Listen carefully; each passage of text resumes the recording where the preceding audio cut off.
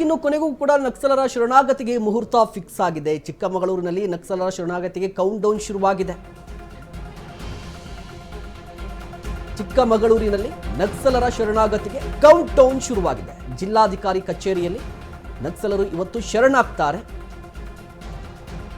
ಇನ್ನೇನು ಕೆಲವೇ ಹೊತ್ತಲ್ಲಿ 6 ಮಂದಿ ನಕ್ಸಲರು ಶರಣಾಗಲಿದ್ದಾರೆ. ಕರ್ನಾಟಕ ಸೇರಿದಂತೆ ಹೊರ ರಾಜ್ಯದ ಮೋಸ್ಟ್ ವಾಂಟೆಡ್ ನಕ್ಸಲರು ಇವರು 6 ಮಂದಿ. ರಾಜ್ಯದ ಮಟ್ಟಿಗೆ ಅತಿ ದೊಡ್ಡ ನಕ್ಸಲರ ಶರಣಾಗತಿ ಇದು.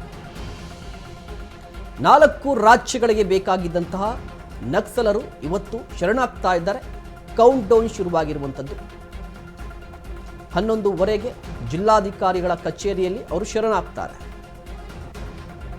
6 ಮಂದಿ ನಕ್ಸಲರು ಕರ್ನಾಟಕ, ತೆಲಂಗಾಣ, ಆಂಧ್ರ ಪ್ರದೇಶ, ತಮಿಳುನಾಡು ಈ ರಾಜ್ಯಕ್ಕೆ ಬೇಕಾಗಿದ್ದಂತಹ ನಕ್ಸಲರು ಇವತ್ತು ಶರಣಾಗ್ತಾ ಇರುವಂಥದ್ದು. ಎಲ್ಲ ರೀತಿಯ ಸಿದ್ಧತೆ ಕೂಡ ನಡೆದಿತ್ತು. ಜಿಲ್ಲಾಧಿಕಾರಿಗಳು ಮುಖ್ಯವಾಗಿ ಜಿಲ್ಲಾಡಳಿತ ಎಲ್ಲ ರೀತಿಯ ಸಿದ್ಧತೆಯನ್ನು ಮಾಡಿಕೊಂಡಿತ್ತು. ಜೊತೆಗೆ ಒಂದಿಷ್ಟು ಬೇಡಿಕೆಗಳನ್ನು ಕೂಡ ನಕ್ಸಲರು ಮುಂದಿಟ್ಟಿದ್ರು. ಅದರಲ್ಲೂ ಕೂಡ ವಿಕ್ರಮ್ ಗೌಡ ಎನ್ಕೌಂಟರ್ ಪ್ರಕರಣಕ್ಕೆ ಸಂಬಂಧಪಟ್ಟಂತೆ ಸಿಬಿಐ ತನಿಖೆ ನಡೆಸಬೇಕು, ಹೆಚ್ಚಿನ ತನಿಖೆ ನಡೆಸಬೇಕಂತ ಒಂದು ಒತ್ತಾಯವಿರುವಂಥದ್ದು. ಸಾಕಷ್ಟು ಬೇಡಿಕೆಗಳನ್ನು ಇಟ್ಟಿದ್ದಾರೆ. ಈ ಬೇಡಿಕೆಗಳನ್ನು ಈಡೇರಿಸ್ತೀವಿ ಅಂತ ಹೇಳಿ ಸರ್ಕಾರ ಕೂಡ ಭರವಸೆಯನ್ನು ಕೊಟ್ಟಿದೆ. ಹೀಗಾಗಿ ಅವರು ಶರಣಾಗತಿಯನ್ನು ಸ್ವೀಕರಿಸ್ತೀವಿ ಅಂತ ಹೇಳಿದ್ದಾರೆ. ಇದಕ್ಕೆ ಎಲ್ಲ ರೀತಿಯ ಸಿದ್ಧತೆ ಕೂಡ ನಡೆದಿರುವಂಥದ್ದು ಚಿಕ್ಕಮಗಳೂರಲ್ಲಿ. ಇನ್ನು ಚಿಕ್ಕಮಗಳೂರು ಜಿಲ್ಲೆ ಶೃಂಗೇರಿಯ ಲತಾ ಅವರು, ಬಾಳೆಹೊಳೆಯ ವನಜಾಕ್ಷಿ, ದಕ್ಷಿಣ ಕನ್ನಡ ಸುಂದರಿ, ರಾಯಚೂರಿನ ಮಾರಪ್ಪ, ಕೇರಳದ TN ಜೀಶಾ, ತಮಿಳುನಾಡಿನ ವಸಂತ್ ಜಿಲ್ಲಾಧಿಕಾರಿ ಮುಂದೆ ಶರಣಾಗ್ತಾರೆ. ಜಿಲ್ಲಾಧಿಕಾರಿ ಶರಣಾಗತಿ ಸಮಿತಿ ಅಧ್ಯಕ್ಷರಾಗಿರುವಂಥ DC ಮೀನಾ ಅವರು, DC ಮೀನಾ ವಿಕ್ರಮ್ ಅವರ ನೇತೃತ್ವದಲ್ಲಿ ಶರಣಾಗತಿಯನ್ನು ಸ್ವೀಕರಿಸ್ತಾರೆ ಅಂತ ಹೇಳಿರುವಂಥದ್ದು. ಎಲ್ಲ ರೀತಿಯ ವ್ಯವಸ್ಥೆಯನ್ನು ಕೂಡ ಮಾಡಿಕೊಂಡಿದ್ದಾರೆ. ಈ 6 ಮಂದಿ ಶರಣಾಗತಿಯನ್ನು ಸ್ವೀಕರಿಸ್ತಾ ಇರುವಂಥದ್ದು ಗಮನಿಸ್ತಾ ಇರ್ಬೋದು.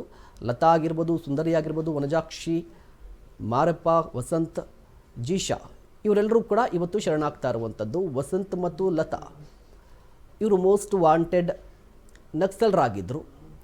ಅದರಲ್ಲೂ ಮುಖ್ಯವಾಗಿ ಇತ್ತೀಚಿನ ದಿನಗಳಲ್ಲಾಗಿದ್ದು ವಿಕ್ರಮ್ ಗೌಡ ಎನ್ಕೌಂಟರ್ ನಂತರ ಈ ಬೆಳವಣಿಗೆ ಆಗ್ತಾ ಇದೆ. ಈಗಾಗಲೇ ಬೆಂಗಳೂರಿನಿಂದ ಅಧಿಕಾರಿಗಳು ಕೂಡ ಹೋಗಿದ್ದಾರಂತೆ. ಶರಣಾಗತಿ ಬಳಿಕ ಮುಚ್ಚಿದ ಕೋಣೆಯಲ್ಲಿ ವಿಡಿಯೋ ರೆಕಾರ್ಡ್ ಮಾಡ್ಕೋತಾರೆ. ಶರಣಾಗತಿ ಕುರಿತು ನಕ್ಸಲರ ವಿಡಿಯೋ ರೆಕಾರ್ಡ್ ಮಾಡಲಾಗುತ್ತೆ. ನಕ್ಸಲರ ವಿಡಿಯೋ ರೆಕಾರ್ಡ್ ಮಾಡಲಿದ್ದಾರೆ ಅಧಿಕಾರಿಗಳು.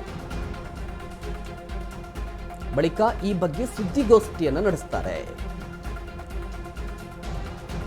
ಈಗಾಗಲೇ ಬೆಂಗಳೂರಿನಿಂದ ಅಧಿಕಾರಿಗಳು ಕೂಡ ಚಿಕ್ಕಮಗಳೂರಿಗೆ ಹೋಗಿದ್ದಾರೆ. ಶರಣಾಗತಿ ಬಳಿಕ ಮುಚ್ಚಿದ ಕೋಣೆಯಲ್ಲಿ ವಿಡಿಯೋ ರೆಕಾರ್ಡ್ ಮಾಡುವಂಥದ್ದು. ಅಂದರೆ ಈ ಸಂದರ್ಭದಲ್ಲಿ ಯಾವ ಕಾರಣಕ್ಕಾಗಿ ಇವರು ಶರಣಾಗತಿ ಸ್ವೀಕರಿಸ್ತಾ ಇದ್ದಾರೆ ಅನ್ನುವಾಗೆ ಸ್ವಯಂ ಪ್ರೇರಿತ ಹೇಳಿಕೆ ಇರ್ಬೋದು. ಆ ರೀತಿಯಾಗಿ ಹೇಳಿಕೆಗಳನ್ನು ದಾಖಲು ಮಾಡ್ತಾರೆ. ಅದಾದ ನಂತರ ಸುದ್ದಿಗೋಷ್ಠಿ ನಡೆಸ್ತಾರೆ. ತಮಿಳುನಾಡು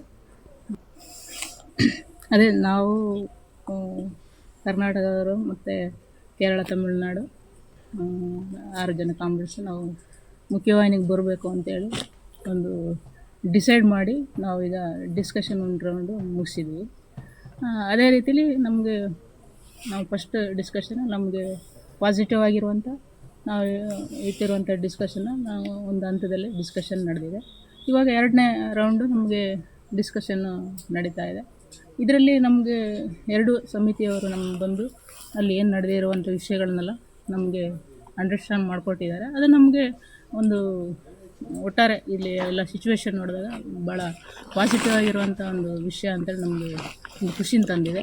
ಅದನ್ನು ನಾವು ಎಲ್ಲರೂ ಕೂಡ ನಾವು ನಮ್ಮ ಎಲ್ಲ ಕಾಂಬಿಟ್ಸ್ ಕೂಡ ಅದನ್ನು ನಾವು ಸ್ವಾಗತಿಸ್ತೀವಿ. ಮತ್ತು ನಾವು ಅದನ್ನು ಮುಂದೆ ನಾವು ಜನರ ಮುಂದೆ ಕೂಡ ನಾವು ಅದನ್ನು ಮುಂದೆ ತಗೊಂಡು ಹೋಗೋಕ್ಕೆ ಬಯಸ್ತೀವಿ.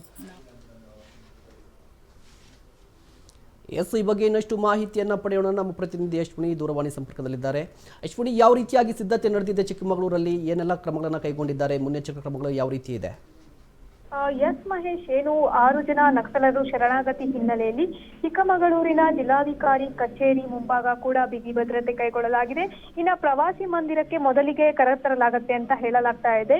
ಇಲ್ಲಿ ಪ್ರವಾಸಿ ಮಂದಿರದ ಬಳಿ ಅನೇಕ ಮಾಜಿ ನಕ್ಸಲರು ನಕ್ಸಲ್ ಮೂವ್ಮೆಂಟ್ ಇಂದ ಹೊರಬಂದು ಸಮಾಜ ಮುಖದಲ್ಲಿ ಒಳ್ಳೆ ರೀತಿ ಜೀವನ ಸಾಗಿಸ್ತಾ ಇರುವಂತಹ ಕೆಲವೊಂದು ನಕ್ಸಲರು ಕೂಡ ಇಲ್ಲಿ ಆಗಮಿಸಿದ್ದಾರೆ. ಇನ್ನೇನು ಕೆಲವೇ ಕ್ಷಣಗಳಲ್ಲಿ ನಕ್ಸಲರನ್ನ ಕರೆತರಲಾಗುತ್ತೆ ಎಂಬ ಮಾಹಿತಿ ಕೂಡ ಲಭ್ಯವಾಗಿದ್ದು ಎಲ್ಲಾ ರೀತಿಯ ಕ್ರಮಗಳನ್ನ ಜಿಲ್ಲಾಡಳಿತ ಕೈಗೊಂಡಿದೆ ಅಂತ ಹೇಳ್ಬೋದು. ಮಹೇಶ್, ಅಶ್ವಿನಿ, ಪ್ರಕ್ರಿಯೆ ಹೇಗಿರುತ್ತೆ? ಶರಣಾಗತಿಯ ಪ್ರಕ್ರಿಯೆ ಹೇಗಿರುತ್ತೆ? ಈ ವಿಡಿಯೋ ರೆಕಾರ್ಡ್ ಎಲ್ಲ ಹೇಳ್ತಾ ಇದ್ದಾರೆ, ಯಾವ ರೀತಿ ನಡೆಯುತ್ತೆ ಈ ಪ್ರಕ್ರಿಯೆ ಎಲ್ಲವೂ ಕೂಡ?